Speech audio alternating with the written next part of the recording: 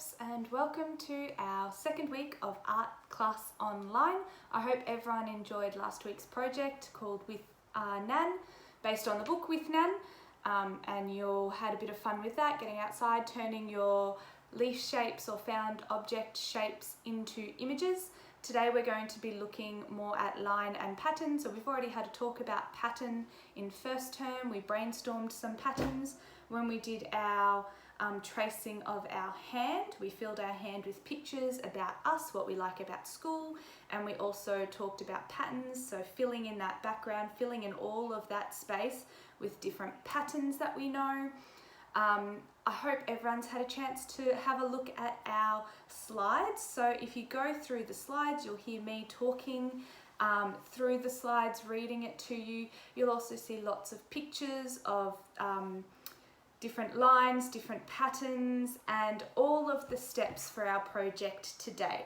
I'm about to do another demonstration now with a different object to show you each step, but if you want to have a look at that picture, those pictures in the slides, they go through every single step. So I'll just angle our camera down so you can see what I'm doing down here. What you're going to need today, oh, don't fall down, camera. What you're going to need today is just some A4 paper, just some blank A4 paper. Just angle that down a little bit more. Are you going to angle for me? Ooh, no, you're not. There we go. So you're going to need some A4 paper, you're going to need some colours, whether they're textures, pencils, or watercolours if you want to use some paints. It depends what you have at home. You can use pastels, you can use crayons, whatever you have. You'll also need a ruler, and again I'm going to do my demonstration with a marker so that you can see it. I would like you guys to use a grey lead, because if we make a mistake we can rub it out, and then at the very end, if you like, you can go over your lines with a black marker to make them stand out. So those little tricks are also in our slides, so if you have a look through those you'll see what I mean. So what we're going to do is start with our blank piece of paper, and then something else you're going to need is something to trace.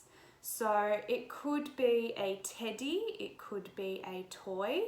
I had a few objects that I found around the house. I don't have a lot of teddies and toys, but I found some objects from the kitchen. I even found a roll of sticky tape. I found a ping pong paddle, which was the one I did in the demonstration.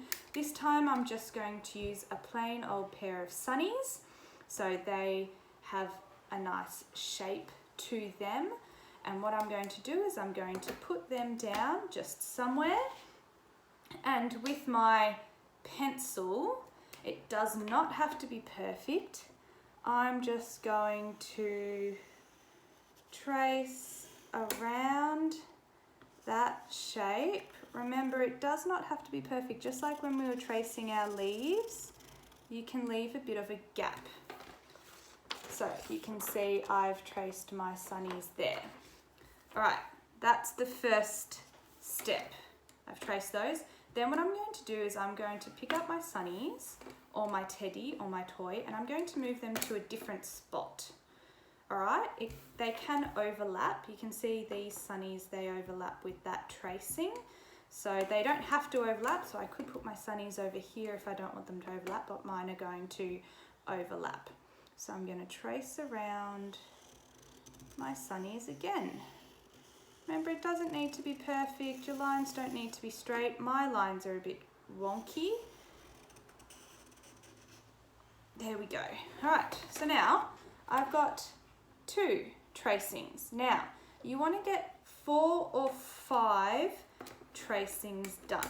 So I'm going to do another one now. I'm going to move my sunnies. I'm still going to have them overlap. And I'm going to do my 3rd tracing. Oh, my sunnies have moved, but that's okay because it doesn't need to be perfect. There we go. There's my 3rd tracing. can see I did a little bit of a boo-boo here, but that's okay, it doesn't matter. It's just to practice. Does not have to be perfect. We are all learning how to do this, and the more we practice, the better we will get. There we go, I've done 4. Now, if your teddy or your toy or your object, it could be a pair of sunnies, it could be a glue stick, it could be a cup,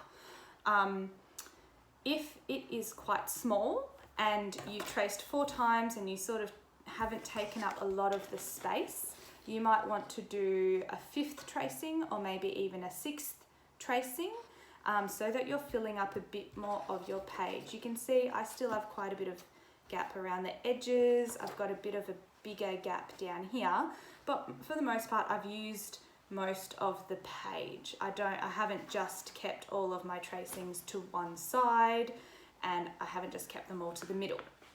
Then what we're going to do is we're done with our toy or our object or my sunnies. I'm going to put that off to the side, and then I'm going to grab my pencil again. This is where I'm going to need to grab my ruler. So with my ruler, what I'm going to need to do is just place it down. We don't want to go straight through the middle, but we want to go through our object. So I'm going to put my first tracing over here where there's not many lines, and I'm going to draw a line straight across from one end of the page, straight across to where the page ends. And it goes through my tracings, perfect. And then that breaks my shapes into different sections. So there's different pieces now. I'm going to do that a few times. So I might do another one, or maybe going straight through here. So remember, it can go straight through the middle. I might do one going through the middle just to show you. But sometimes if we go straight through the middle, it can make some of these little shapes. Like this one, like this one just here. All right, I'm going to do another one. You can do a few of these, you can do a lot of these. There's another one, so that's 3 lines. I might do a 4th line, going straight across the middle again. A 4th line, maybe a 5th line over here. 5. Oh, we'll do another one, 6. And maybe another one over here just in the corner. 7. You can do 8, you can do 9. Have a look at your artwork and think about breaking up those shapes. So if you have any shapes, looks a bit like a jungle now, but if you have any shapes that you want to make a bit smaller, you can always put a line through them. So I've got a big shape here, I've got a big shape here, I could put a line through there. Whatever you think will break up your image into smaller shapes. It is a bit of a jumble at the moment, but you can still see I've got my sunny shape there and there.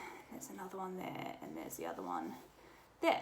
All right, next step is we are going to grab our texter or our pencil or marker or whatever you're using, and we're going to add some of those patterns that we've talked about.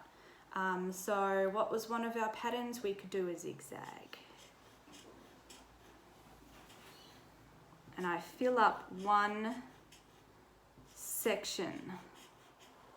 Again, remember, it doesn't have to be perfect. Just have a go, have a play. But you can see, using my zigzags, I haven't filled up the whole shape of the sunnies. I've only filled up this shape here. So from line to line. So this is a shape here, this is a shape here, this is a shape here, this is a shape here. So we're no longer looking at the shape of my teddy or my toy or my sunnies. We're looking at the little shapes that we have created. Oh, I can see Bonnie outside going absolutely mental. She's hopping around. I'll show you her in just a moment. All right, then I might put some more shapes. So we'll do some polka dots over here. Polka dots. What was another one? We could have wavy lines.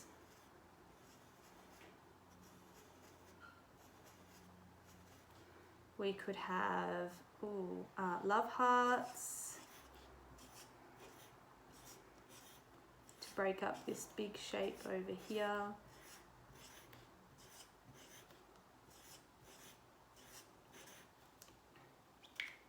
And then when it comes to colouring it in, we're going to want to use, I'll turn it upside down now so that my love hearts are the right way up.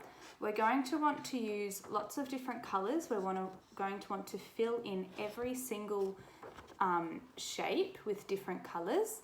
When it comes to little shapes like this one here, you can always just get your colour and colour that one in. Alright, you don't have to put patterns in the very little shapes. Some shapes as well, you might think, oh, I don't really want to put pattern in this shape here. You might just colour that in. I can't remember which shape I pointed at now. So you might just colour in that shape there. Now, I want everyone to focus on colouring line to line and trying to fill in all those white gaps. So we don't want white gaps between our colouring. We want to make sure we're trying to colour as neatly as possible. But remember, we're all practicing and we're all slowly getting better at our colouring. Remember to keep your different colours and different patterns inside the different shapes. So remember, we've now broken our object up into different shapes. It's no longer sunnies, it's little weird looking shapes like this. And have a go, see how you go with that. Use lots and lots of different colours, whether you're using textures or pencils, and upload a photo to Seesaw to show me how you all went.